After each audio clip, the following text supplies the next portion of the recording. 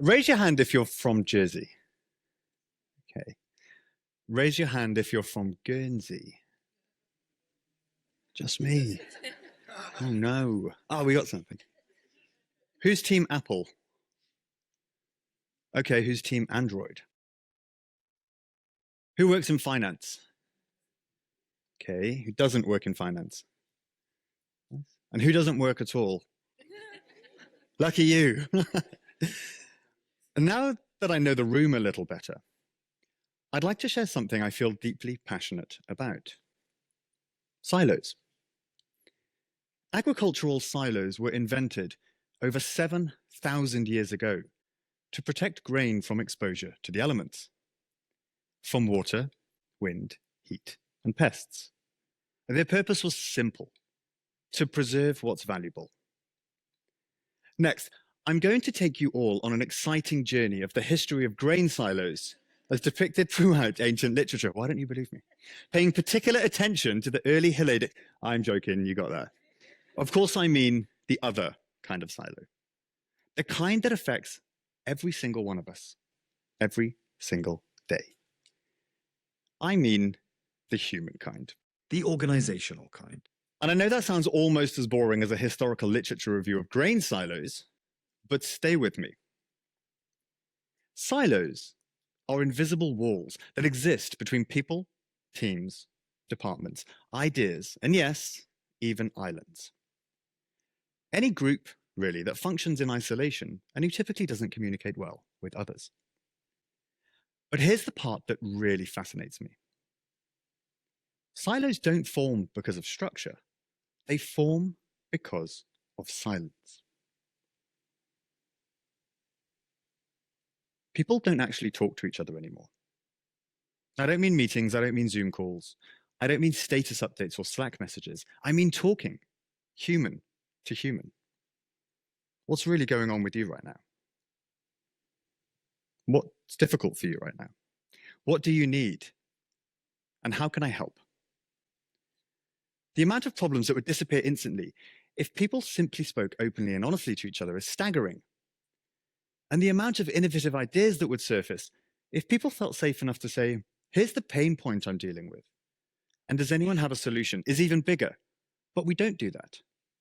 Instead, we sit in our boxes, physical boxes, organizational boxes, Zoom boxes, and we assume that everyone else is fine. We assume that our problems are unique, and we assume that no one else will care. And because we don't talk, we don't connect. And because we don't connect, we don't innovate. Now, I know this because I spent 10 years inside one of the strongest silos on Earth. For 10 years, I was an officer in the British Army's elite Parachute Regiment. A brotherhood forged through conquering fear, enduring hardship, and a grueling rite of passage that eliminated the unworthy. But if you met the standard, you earned a symbol that made you feel utterly invincible: the maroon beret.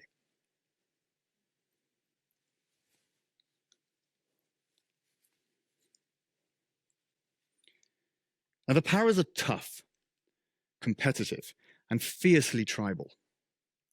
Our rivals, the Royal Marines with their green berets, were openly mocked. Even the SAS were called hats, a wonderfully petty insult to describe anyone who wasn't one of us.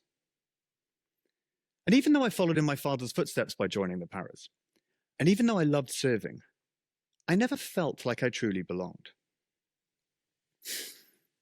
I've never really said this publicly, but back then I felt like I was playing a character in a very different life. Inside that rigid, military, alpha male silo, my creative, curious, and innovative side was slowly suffocating, and I didn't see it happening. I fitted in, but fitting in came at a cost, and I started to buy into the dangerous us versus them mentality, and it nearly killed the part of me that was able to think differently. And so after 10 years, I broke out of that silo, and I parachuted into something I had no experience of: finance. But after 4 years there, I still didn't feel like I fully belonged. And so I pivoted again, this time towards the truest version of myself, towards innovation, creativity, and learning from as many different silos as possible. And that's when I realized something important. Silos don't just shape your behavior, they shape your identity. And they tell you who you're allowed to be. And if you're not careful, they quietly shrink the world around you without you ever noticing. And this isn't just my story. I'm seeing the same patterns everywhere, even inside this room. Because whether we know it or not, we all belong to some form of limiting silo. My company recently released a report into the state of innovation in Guernsey, and the findings were clear, and they apply far beyond the island. The gap between grassroots and institutional innovation is widening. Innovation complacency is far too high. Young talent is leaving, and the balance between local and global ambition is being disrupted by the silos that reinforce the status quo. But the most important finding wasn't in the data, it was in the conversations, or more accurately, the absence of them. People aren't talking to each other. Leaders aren't talking to the people doing the work. Teams aren't talking to other teams. Islands aren't talking to other islands. Everyone is too busy, everyone is too polite, and everyone stays silent. And silence is expensive, because silence is where problems go to hide and opportunities go to die. Now, some of the best ideas and breakthroughs I've ever seen didn't come from a strategy session or innovation sprint. They came from two unexpected people finally having a conversation. A coder talking to a nurse, a banker talking to a student, a CEO talking to a receptionist, a person from Guernsey talking to an audience from Jersey. I know it's wild, right? Because innovation is a conversation fueled by equal measures of curiosity and compassion, and we're not having enough of them. So what do we need to do? We don't need to destroy silos. Sometimes they serve a purpose. Instead, we just need to thin the walls a bit and make them more porous. And the way we do that is through deliberate diversity, not just of gender or race, but diversity of any variable that shapes how a person sees the world. Age, culture, experience, struggle, philosophy, politics, geography. Because when you intentionally bring different minds into the same room, something extraordinary happens. You build collective intelligence. And collective intelligence is where innovation actually comes from.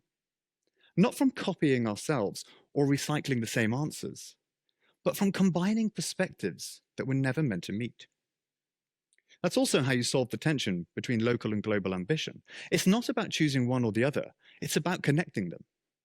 Letting local identity fuel global relevance, and letting global ideas strengthen local resilience. When we weaken our silos, we unlock new potential. We allow ourselves to breathe. We allow ourselves to innovate. And so I want you to reflect on the silos that you're part of. The obvious ones, yes, but also the invisible ones. The ones you've inherited, the ones you've built, the ones you've never questioned. Because the moment you escape your silos, something powerful happens. You realize that your identity is far bigger than the tribe you were born into, promoted into, or accepted into. You realize that the best ideas rarely come from people standing shoulder to shoulder with exactly the same view of the world. And you realize that some of the most important solutions to the problems we face will never be found inside the walls we've already built. And so I want to leave you with a simple challenge. A mission, if you like, should you choose to accept it. Within the next 72 hours, create 3 new unexpected relationships. One with someone from the other side, maybe even a competitor. One with someone from a different country and who speaks a different language. And one with someone who genuinely disagrees with you. And have a real conversation with them. Find out what pain points they feel. Find out what they really need. And most importantly, find out how you can help. Because the conversations waiting outside your silos won't just change what you think, they'll change who you become. And those 3 conversations might just unlock something the world could really use right now. Innovation with a human touch. Now, at the start of this talk, I said the purpose of grain silos was to preserve what's valuable. And that's true. But their real purpose was survival. To carry us through uncertainty, through harsh winters, through bad harvests, and to remind us that tomorrow might not always be the same as today. But somewhere along the way, human silos became the opposite. Instead of preserving value, they eroded it. They made us complacent, and they gave us a false sense of comfort and control through the guise of conformity. But what if we flipped that? What if our silos could preserve and even amplify what's valuable to us right now? Just like grain silos do. What if we changed what we put inside those silos to build a world that's more connected, more curious, more creative, more compassionate? What if each of us here in this room or watching at home actually followed through and forged those 3 new unexpected relationships within 72 hours? Now, that's not a big idea. That's a small action done deliberately. And that's where change begins. Because remember, silos don't form because of structure. They form because of silence.